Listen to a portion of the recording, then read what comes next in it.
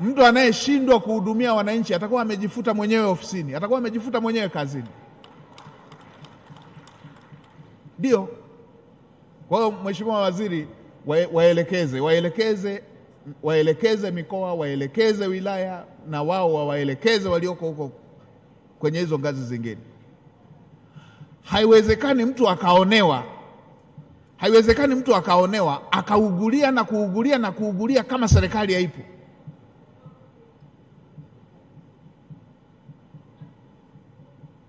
Haiwezekani mtu akishakuwa na fedha kwamba yeye ndo serikali, kwamba anaweza akaonea mtu yeyote mwingine hivi.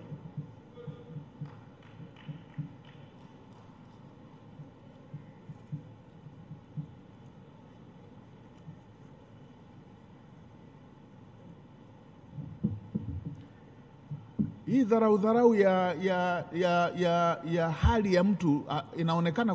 Kuna watu wako dunia nyingine hawajui mtu anapambanaje kuipata 20,000.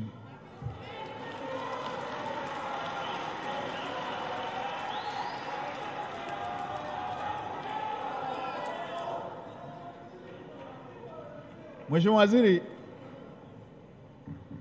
lilitoka tangazo la ghafla kwamba tunatakiwa kufanya mtihani wa kujiunga na chuo kikuu. Kijiji kizima, kuanzia nyumbani kwa ndugu na kijiji kizima, nilikosa 20,000 ilikuwa nikose kwenda chuo kikuu. Nikaenda kupewa na binamu yangu yuko mkoani Singida kule.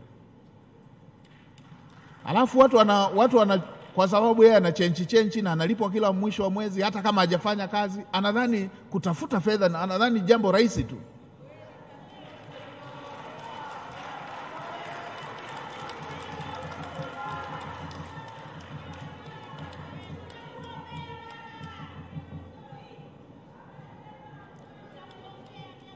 Andaeni kila mtu ambaye ana jambo lake, usikae na hilo dukuduku.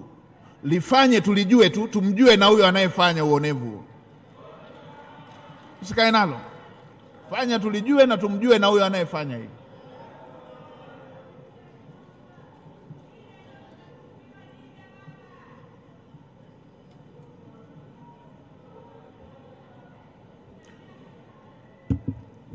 Asikia wale wengine wanaandika, sasa mbona anaongea kwa kufoka? Huyu atachukiwa huyu. Nani kawaambieni mimi nakuja kupendwa hapa?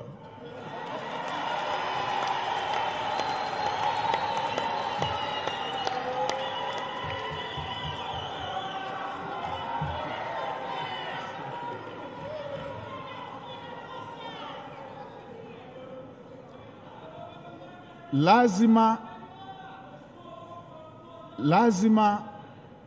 na hiki kitu hiki na kuna wengine kitawatoa kazini.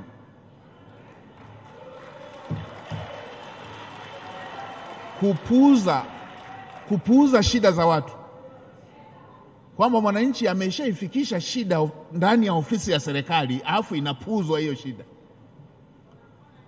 Sasa hivi tunatoa muda wa maelekezo, lakini tutafika muda yeyote anayefikishiwa shida na anaipuza atakuwa ameungana na wale wanyang'anyi.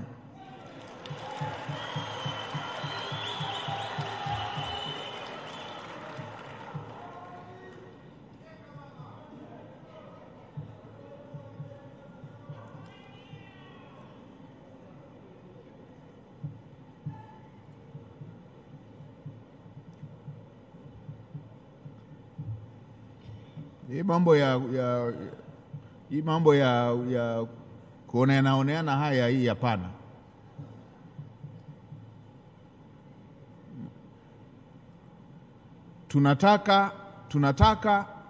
Tunataka kero ikifika ofisi ya serikali ipatiwe ufumbuzi.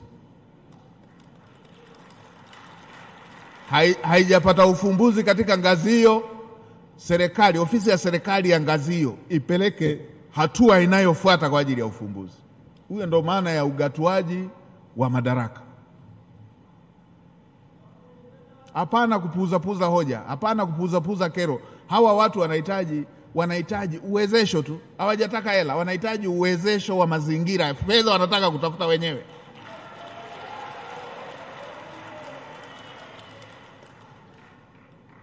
Kwa hiyo tutaifanyia hiyo kazi.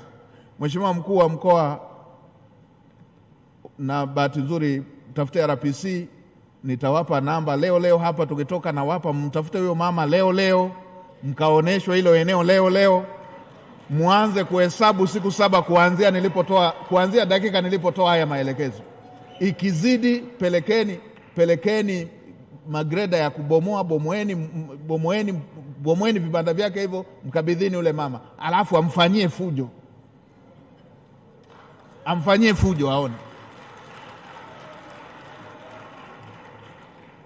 Tuwezi tukawa tunaruhusu watu wananyanyasa wenzao.